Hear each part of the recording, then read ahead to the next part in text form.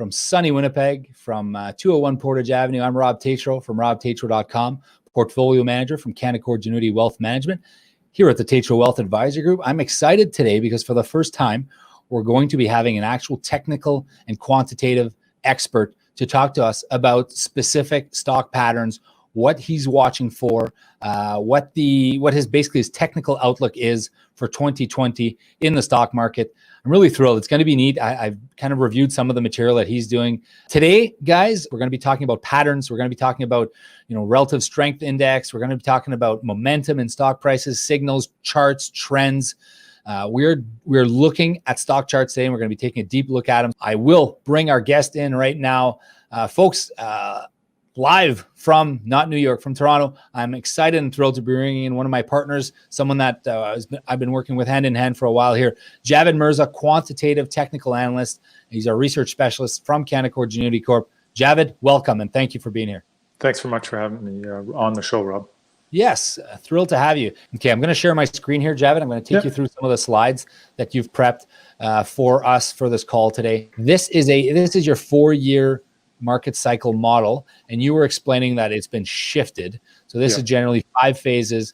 You've likely seen this if you've done any research on stocks. You likely understand kind of the market tops, the bull market, the tops, the lows, and this we kind of just see an undulation pattern that is in perpetuity, kind of going upwards. Mm-hmm. You think that there's been a shift? Yeah. So what this is, and let me lay the framework for this. This is a market cycle model, which anyone who follows the markets is familiar with. And what you're going to see is, people have been talking about, hey, this bull market, it's the 10-year bull market. At some point, it was like the longest bull market. And so everyone was saying that, hey, look, we're at the market top. And you can clearly see in phase 3, the market top phase. But and this is through no fault of their own as strategists, is they take the entire 10 years we've been through and they put it into this cycle as one cycle. What we do is we take this, 20 to 25 year long-term bull market, and we put each of these cycles within there that last 3 to 5 years into the model you have in front of you. So in December 2018, when we were saying, look, there's a major market low, we said, look, if you take a look at that phase 1, that's where we were. And so last year, the whole year, we were out telling people, look, we're in phase 1. And this year, at the start of the year, we were saying, hey, look, we're shifting into phase 2. This is the stocks that should work. And then, of course, everything was derailed with what happened here with the COVID-19 pandemic. And so what you can see is at the top in phase 4 and 5, you can see the sectors that are typically working. We have other work that we do that shows you how the sectors are doing underneath the surface of the actual index. And so what's been working is the defensive sectors. And you can see that in phase 4 and 5. It's been staples, healthcare, utilities. But as you come out of the bear market and into the market bottom, what you want to see, and take a look at phase 1, is you want to see financials, technology, and cyclicals working. Well, lo and behold, if you take a look at our work, it's telling you right now that technology and cyclicals are working. So take a look at Amazon, take a look at Shopify. So all those areas of the market are working. There's one area of the market that is not working, that needs to get working, and that everything kind of is holding on, and that is financials. So banks, bank reporting is going to be big. You're seeing the same thing in the US. The financials in Canada and the US really need to pick up. And of course, that's all going to be predicated, and we can see that in how the US 10-year yield does. Yeah, I think we're all waiting for the financials to move. I would agree here. Yeah. I'm going to skip a couple slides here. You talk to me about where am I? Right here, this one here. Yeah. The TSX versus the S&P 500. This is a question I get a ton. I think we are underweight Canada, have been overweight US for a while. What are your thoughts here? This is the TSX versus the S&P 500. Yeah. So the key takeaway is Canada has a very high resource weighting, and by resources, I'm talking about materials, so copper, gold, lumber, and energy, which of course is crude oil, natural gas. And what you can see, and this is, I think, is this a 40-year chart? 40 years, yeah. It's a 40-year chart. Yeah, so if you take a look at the bottom panel, the left hand, the red arrow, it's showing you the TSX underperformed from 1980 to 2000. And that's when there was a secular bull market underway in the US from the 80s to 2000s. And what you can see is from 2000, the blue arrow in the bottom panel there, that's trending upwards. And that's when the TSX outperformed the S&P 500. That was from 2000 to 2010. This is a straight comparison, right? This is a difference comparison. So a down chart means Canada's underperforming, an up chart means Canada's outperforming the US. Exactly. And so from 2000 to 2010, that's when, you know, gold reached 1900 and energy crude oil made, remember it was at 140, I believe. It made I was at law school in U of T at the time, I remember. Yeah. So all of those things occurred during that time. And, you know, Canada, of course, the biggest thing that people will remember is something we'll talk about on the next page.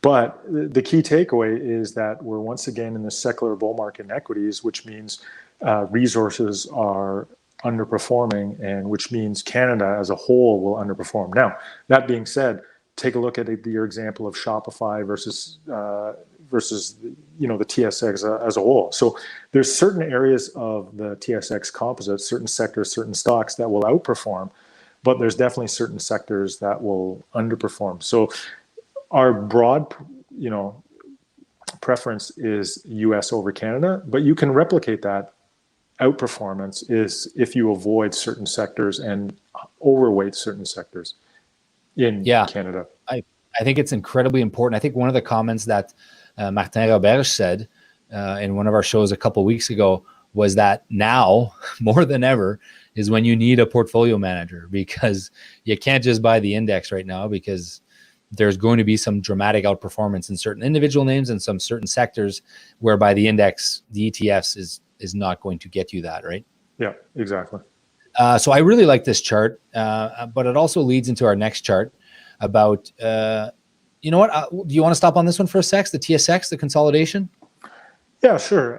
So it's a similar chart that we've highlighted on the S&P 500 and the TSX. Now, what you can see here is take a look at those red shaded boxes, and they just highlight these big corrections that we've had in the TSX.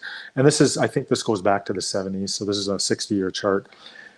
The key takeaway is right now on RSI, we are at levels that we were both during the financial crisis and during the tech bubble. So to me, this strongly suggests that the worst of the storm has passed, and that we should see consolidation, and in our view, the risks are to the upside. And so what I want to highlight is we actually put this deck out about a month ago where we highlighted all these things, and everything that we've talked about here has come to fruition. So these stocks, indexes have rebounded. The TSX is definitely higher from where it was. I mean, the big question, of course, now is where do we go from here? But our work suggests ultimately higher. Okay. What about the narrowing here? This is a log chart, is it not? It is log, yes, right? Yes. So this all our charts are log. So in theory, you should see kind of something more linear on a log chart, not something we're seeing here. It looks like a bit of a flattening at the top. Looks like a trend towards flattening. Is that a concern? No, it's in line with our view of what we saw during, you know, it's TSX is going to continue to grind higher, but it's not going to be as quick of as a pace as the S&P 500 or the NASDAQ. All right, this is our last slide that I want to take you through. Guys, I'm here with Javed Mirza, quantitative technical researcher, analyst at Canaccord Genuity Corp. Javed, I get asked probably the most often this question, Canadian dollar versus US dollar.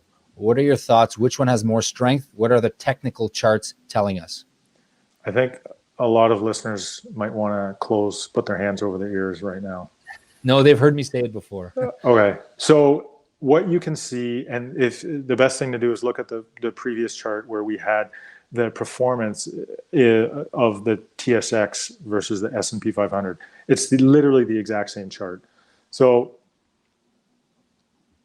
yeah, so if you see the red box on the left-hand side, that was, you know, from the 80s to 2000.